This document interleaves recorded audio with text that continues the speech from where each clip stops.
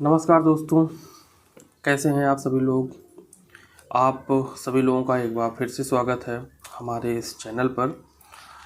मैं आज आपके सामने जो कहानी लेकर आया हूँ वो कहानी उत्तर प्रदेश के एटा ज़िले की है। कहानी शुरू करने से पहले मेरा आपसे एक सवाल है कि 13वीं या मृत्यु भोज से आप सभी लोग परिचित होंगे, जो कि ये वैदिक कर्मकांड का ही हिस्सा होता है। लगभग आपने देखा होगा कि जो 13वीं वगैरह होती है वो व्यक्ति की मृत्यु के पश्चात उसके 13 दिन के बाद 13वीं होती है। लेकिन क्या आपने कभी सुना है कि 13वीं जो है वो व्यक्ति के जीवित रहते हुई हो और उस व्यक्ति ने, जिस व्यक्ति की 13वीं हो रही हो, वो व्यक्ति जो है स्वयं अपनी 13वीं का भोज करा रहा हो? आपने, मुझे लगता है, नहीं सुना होगा, लेकिन ये बिल्कुल सत्य घटना है और ये सही बात है। लेकिन सबसे ज़्यादा, चलिए ये भी मान लेते हैं कि जीवित रहते व्यक्ति जो है वो अपनी 13वीं कर सकता है और उसने किया भी। लेकिन जो हैरान करने वाली बड़ी बात है वो ये है कि अपनी मृत्यु भोज या 13वीं के 2 दिन के बाद ही उस व्यक्ति की मृत्यु हो जाती है। अब सवाल यहाँ पे उठता है कि क्या उस व्यक्ति को पता था कि 2 दिन बाद उसकी मृत्यु हो जाएगी?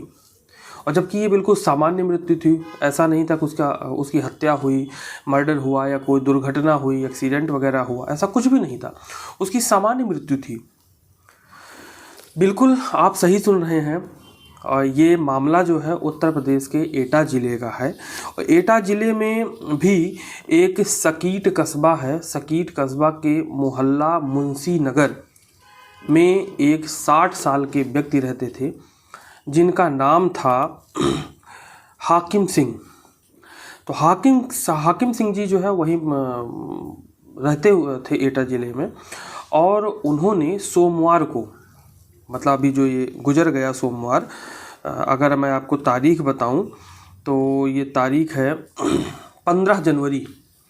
तो 15 जनवरी को हाकिम सिंह जी जो है अपना क्रियाकर्म करवाते हैं, वही पूरे विधि विधान से तो अपनी 13वीं करवाते हैं, पिंडदान करवाते हैं और 800 लोगों को कार्ड भेजते हैं और पूरे गांव वालों को इनवाइट करते हैं। उसमें सब लोग जो है, चूँकि ऐसी कोई बड़ी बात थी नहीं, ऐसा कोई मामला था नहीं, कोई गम की बात नहीं थी, तो भोज था, तो सभी लोगों ने बढ़ चढ़ के जो है उसमें हिस्सा लिया, पार्टिसिपेट किया और भोज जो है वो खाया।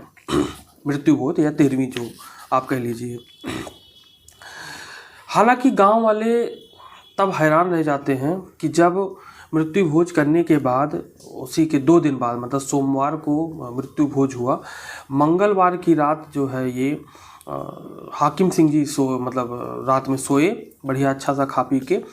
और बुधवार की सुबह जब हाकिम सिंह जी उठे तो हाकिम सिंह जी उठे ही नहीं। घर वाले गए उठाने, जब ये उठे ही नहीं बहुत देर तक, तो जो आसपास के घर वाले थे, पड़ोसी थे, घर वाले थे या परिवारजन के लोग थे, वो गए उनको उठाने, तो वो देखा कि उनकी मृत्यु हो चुकी है हाकिम सिंह जी की।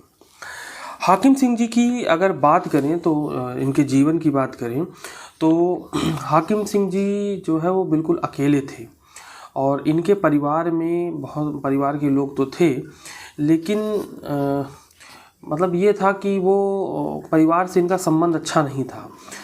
हाकिम सिंह जी की एक शादी हुई थी, शादी मतलब घर वालों ने नहीं की थी, लेकिन शादी जो है प्रेम विवाह हुआ था बिहार की एक युवती से। लेकिन बहुत दिन गुजर जाने के पश्चात इनको संतान नहीं हुई। जब संतान नहीं हुई तो वो युवती जो है इनको छोड़कर चली गई वापस अपने मायके या बिहार कह लीजिए। तो ये बिल्कुल अकेले और तन्हा रहने लगे। जब ये अकेले और तन्हा रहते, कोई परिवार में था नहीं, तो घर पे कोई था नहीं, तो इनके जो परिवार वाले थे वो परिवार वाले इनकी जो ज़मीन थी, प्रॉपर्टी थी, कुछ खेत वगैरह थे, मकान वगैरह था, उसको हड़पने के लिए लगातार प्रयत्नशील रहते थे और इस वजह से बहुत ज़्यादा इनका शोषण करते थे हाकिम सिंह जी का। इवन यहाँ तक भी पता लगा कि कुछ दिन पहले जो है वो हाकिम सिंह जी के ऊपर हमला भी इन लोगों ने किया और जिससे उनका जो है एक हाथ भी टूट गया था।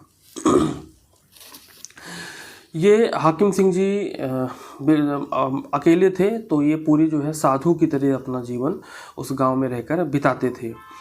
साधु की तरह रहते थे, मतलब कि वही भगवा रंग का कपड़ा जो है धारण करते थे और बिल्कुल अकेले रहते थे। गांव के लोग भी इनको साधु बाबा जो है कहकर बुलाते रहते थे। इनके पास में गांव में जो है 5 बीघा खेत था और मकान था, जो कि इनके परिवार वालों ने, इनके घर वालों ने, भाई भतीजे ने कब्जा कर लिया था, और जिसकी वजह से ये और ज़्यादा परेशान रहते थे। और इनको ये लगता था कि हमारी मृत्यु के बाद सबसे बड़ा यही कारण होता है कि जीवित रहते जो है वो मृत्यु भोज या 13वीं क्यों की हाकिम सिंह जी ने। तो हाकिम सिंह जी बताते हैं, उन्होंने लोगों से बताया कि हमारा जो है घर वालों के साथ में, हमारे परिवार वालों के साथ में रिश्ता अच्छा नहीं है, संबंध अच्छा नहीं है, और वो लोग लालची हैं। मुझे बिल्कुल भी भरोसा नहीं है कि जब हमारी मृत्यु होगी तो हमारी मृत्यु के पश्चात ये मृत्यु भोज या 13वीं करेंगे। तो इस वजह से मैं अपने जीते जी, जिंदा रहते ही मैं अपना मृत्यु भोज स्वयं करना चाहता हूँ, ताकि मेरी आत्मा को जो है वो शांति मिले और मैं मोक्ष को प्राप्त करूँ, है ना। ये सारी चीज़ें हाकिम सिंह जी ने बातचीत में स्वयं गांव वालों से उन्होंने कही थी। उनकी कुछ वीडियोस और फोटोग्राफ्स हैं जो कि मैं आपको दिखाते चल रहा हूँ। फिर हाकिम सिंह जी बताते हैं कि सोमवार को जब उनकी तबीयत थोड़ी सी बिगड़ी तो उनको ये मन में आया कि वो अपनी 13वीं जो है वो स्वयं खुद कर लें, क्या पता उनके ना रहने के बाद उनकी 13वीं हो या ना हो। तो इस वजह से उन्होंने अपनी 13वीं स्वयं जो है कर ली। कहते हैं कि इस 13वीं का जो भोज कराया था हाकिम जी ने, उसके लिए उनके पास में गांव में ही 10 बिस्वा ज़मीन थी, उसको उन्होंने बेच दिया था, और बेचने के बाद जो उससे पैसा प्राप्त हुआ उसी पैसे से हाकिम सिंह जी ने अपनी स्वयं की 13वीं करवाई थी।